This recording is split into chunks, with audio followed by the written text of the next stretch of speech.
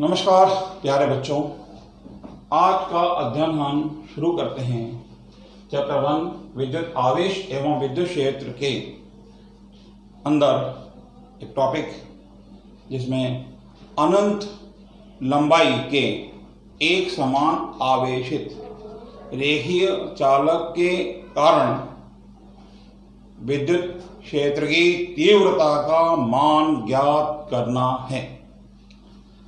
चित्र में एक अनंत लंबाई का रेखीय चालक कैपिटल एल दर्शाया गया है, जिसे एक समान आवेशित किया गया है। आवेश का रेखीय घनत्व लैम्डा है।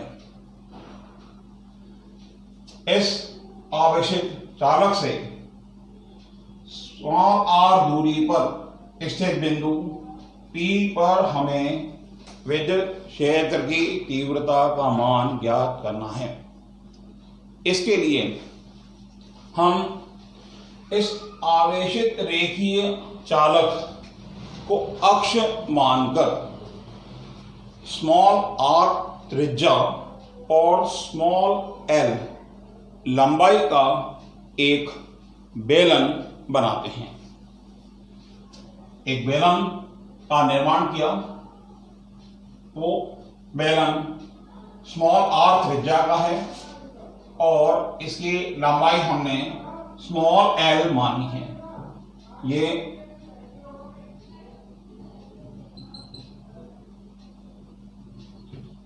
एक बेलन का निर्माण किया है। इस बेलन की लंबाई है स्मॉल l और इसकी त्रिज्या है स्मॉल r। ये बिंदु इस बेलन के पृष्ठ पर उपस्थित होगा। हम इस बेलन के पृष्ठ को 3 भागों में विभाजित करते हैं। एक पृष्ठ है S1 जो बेलन का वक्र पृष्ठ है। दूसरा पृष्ठ है S2 बेलन का ऊपरी फलक और तीसरा पृष्ठ है S3 बेलन का नीचे का फलक। ये 3 पृष्ठ है S1, S2, S3। हम इन तीनों पृष्ठों से गुजरने वाला कुल विद्युत फ्लक्स ज्ञात करते हैं।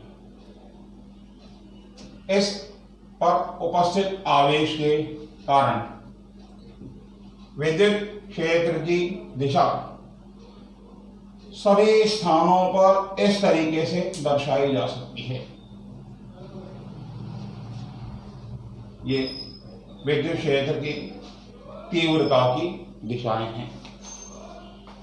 हम S1 पृष्ठ से गुजरने वाला अगर विद्युत फ्लक्स निकालते हैं तो इसका मान हमें प्राप्त होगा phi1 equal ES1 cos 0 degree.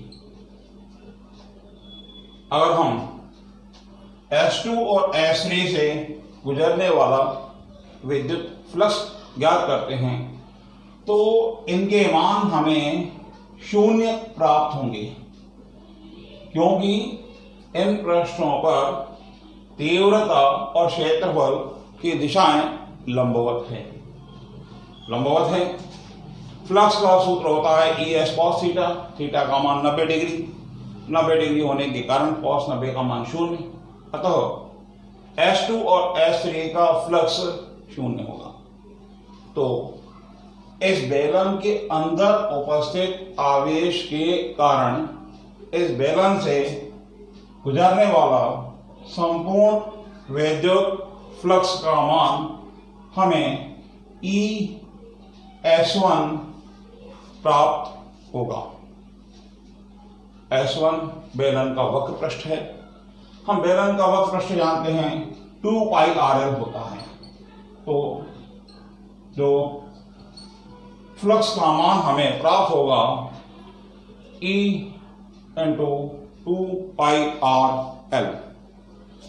यदि हम मानते हैं कि इस बेलन के अंदर उपस्थित कुल आवेश Q है, तो गॉस के प्रमेय के अनुसार फ्लक्स का मान Q अपॉन एप्सिलॉन 0 प्राप्त होगा।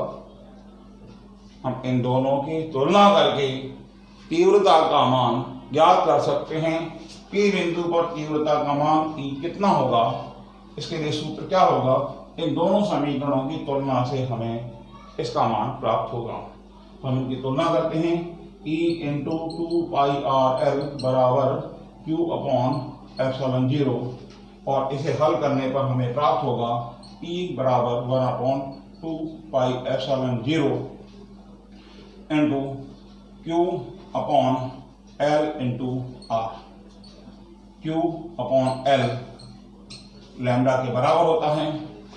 रेखीय आवेश घनत्व एकांक लंबाई पर उपस्थित आवेश को कहा जाता है। तो हम E का मान लिखते हैं 1/2π एप्सिलॉन 0 Q अपॉन R।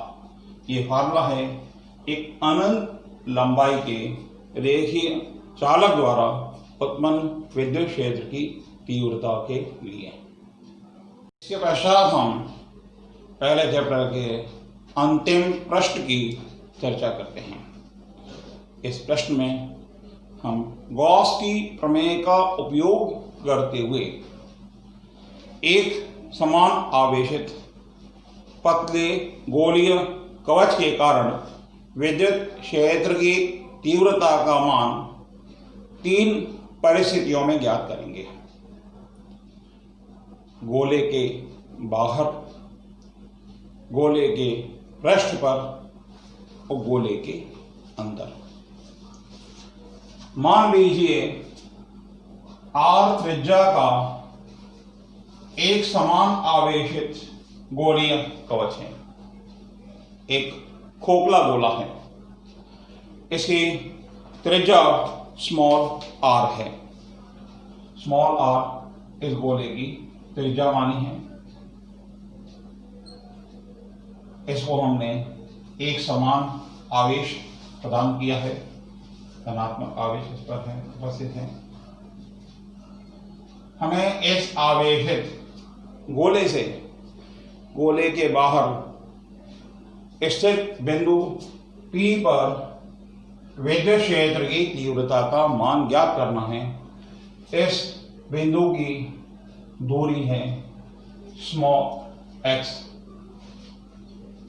गोले का केंद्र O है, और O से x दूरी पर एक बिंदु P है जहां हमें विद्युत क्षेत्र की तीव्रता का मान ज्ञात करना है। इसके लिए हम गॉसियन पृष्ठ बनाते हैं। x त्रिज्या का एक गोला बनाते हैं जिसका केंद्र O है, O केंद्र, और x त्रिज्या का एक गोला बनाया।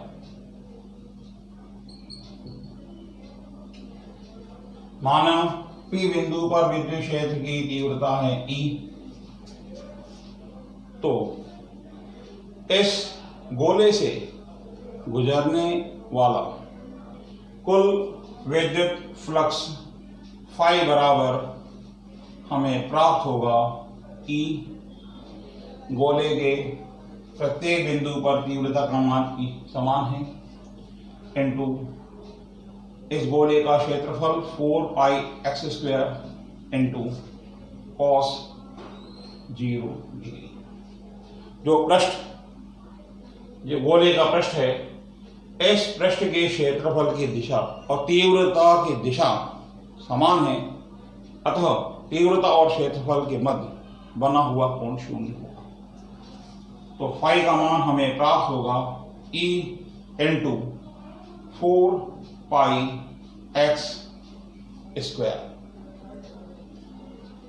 गॉस की प्रमेय के अनुसार फाई का मान Q अपॉन एप्सिलॉन 0 होता है, जहां Q इस गोले को दिया गया आवेश है।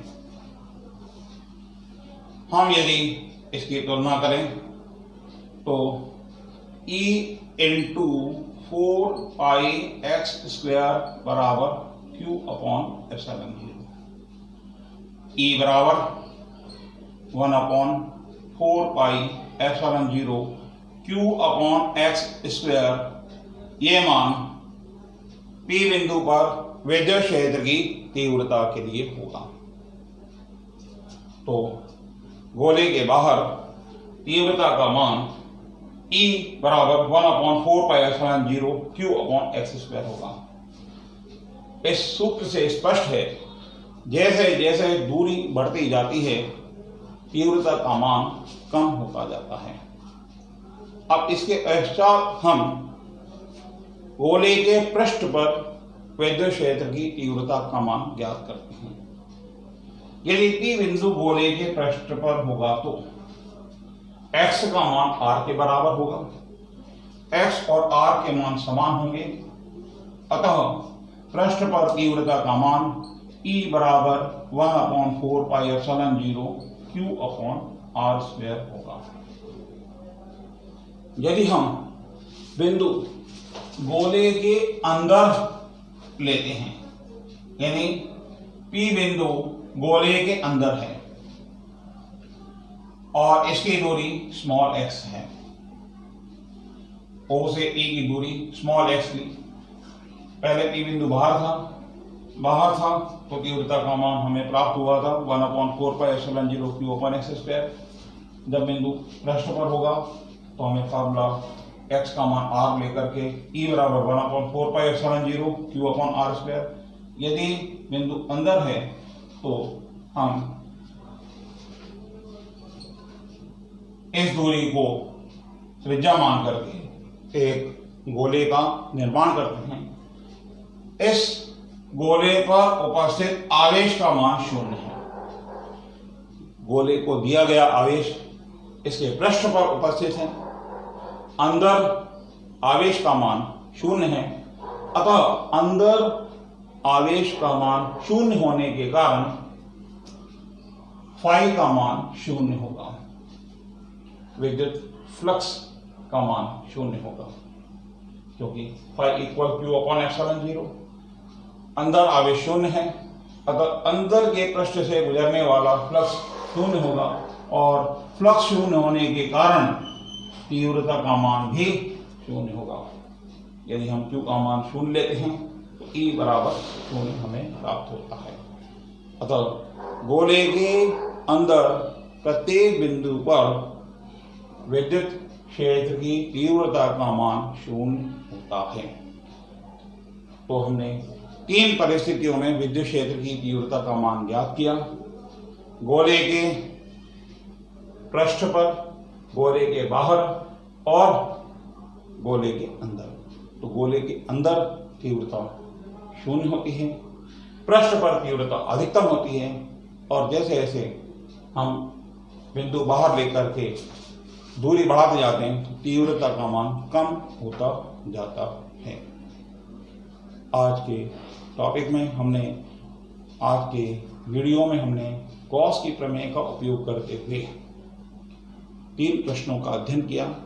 अनंत लंबाई के रेखीय चालक के कारण किसी बिंदु पर विद्युत क्षेत्र की तीव्रता का मान क्या होगा, अनंत समतल चादर के कारण उत्पन्न विद्युत क्षेत्र की तीव्रता का मान क्या होगा, और एक आवेशित गोलीय कवच के कारण बाहर, पृष्ठ पर और अंदर तीव्रता का मान क्या होगा।